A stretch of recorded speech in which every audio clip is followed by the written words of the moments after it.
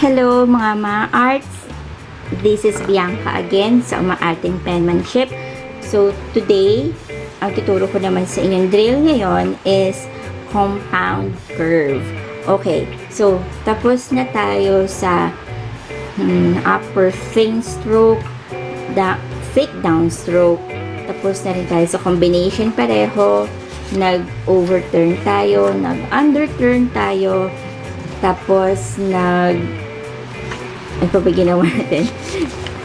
Yun yung mga ginawa natin recently. So now, gagawin na naman natin is compound curve. Okay, so if you have your pens with you, pencils, papers, whatsoever you have, mag-practice na tayo.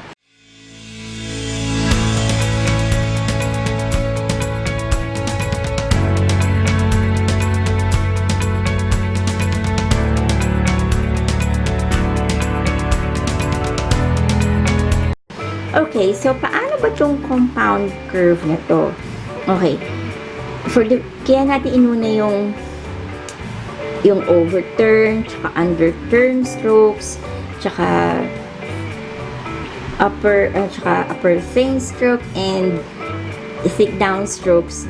Dito naman, medyo sama-sama na sila dito. Okay, ready?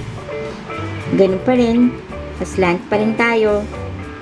Okay, so una is thin upstroke. Tapos bababa tayo, kumbaga yung underturn at saka overturn, pagsasamahin natin. Kaya naging compound curve. Okay, eto na. So sisimulan natin ng upper thin stroke. So ganito yan. Dahan-dahan. Siyempre, pataas. Tapos, baba. Tapos, pagdating dito, aakyat ka ulit. Okay. Kita niyo yun? Ayun. So, pataas tayo. Ito yung overturn. Tapos, pagdaba natin, magko-continue ng underturn. Kaya? Kaya niya yan. O, sige, practice pa tayo. Isa pa. Ayan. Manood ka mabuti. Ayan. Wait lang. Make sure na kita. Okay. So, ulit up. Dahan-dahan. Pagdating doon sa taas, bababa ka na. Sa dulo sa baba, aakyat ka ulit. Okay. Mahirap ba? Kaya niyo yan. Practice lang. Okay, practice makes perfect. Perfect makes permanent. Because you keep on practicing. Okay. Sige, ulit Okay. Paakyat tayo ulit. Tapos, pagdating doon, baba. Pagdating sa dulo sa baba, aakyat ka ulit. Okay. Kaya nga sabi ko, kapag nagka-calligraphy tayo, huwag kayong magmamadali. Take time. Okay. Practice. Practice lang yan. O sige. Isa pa.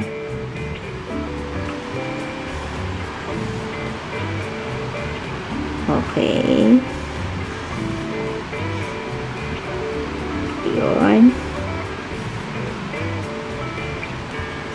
Yun, medyo kumapal dito pero okay na yan. Isa pa, practice tayo ulit O, sige. So, ulitin natin. Dahan-dahan paakyat. Tapos, bababa ka. Pressure, tapos gaan ulit yung kamay mo. Ayun. Alam ko, yung iba medyo shaky yung kamay or nanginginig or shaky yung sulat, pero okay lang yan. Practice lang. So, yan yung compound curve natin. Ayan. So, let's say, subukan natin magsulat ng word. Okay. For example, try natin ang word na minimum. Ang word na minimum, maganda yung practice for calligraphy kasi puro up, down, up, down. So, practicein natin try natin dito. Okay.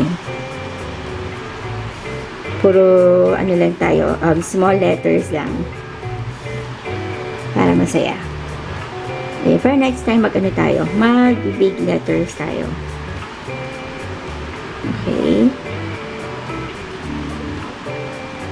Wait lang. Okay, so try natin ang word na minimum.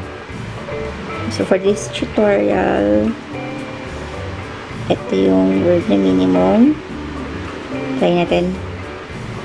Thin, upstroke, tapos, baba tayo. Ayan. So, yung sa previous video ko, di ba meron tayong ganyan na combination. Okay. Isa pa.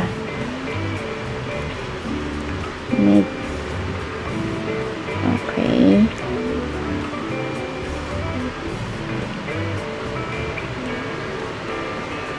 Alright.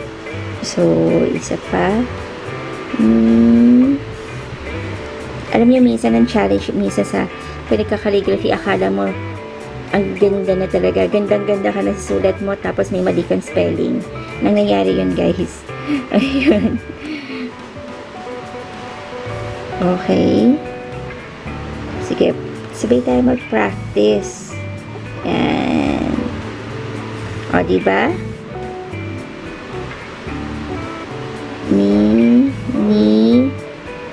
Mamali ako ng spelling O.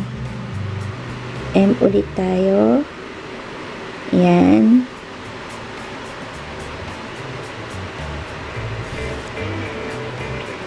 Okay. Tapos, U. Okay. M naman.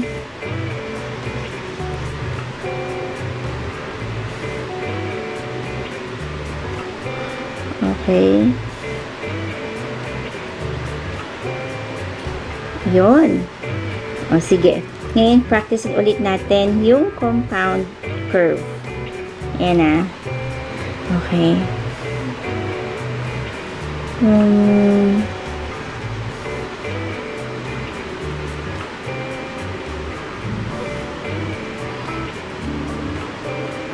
So, up,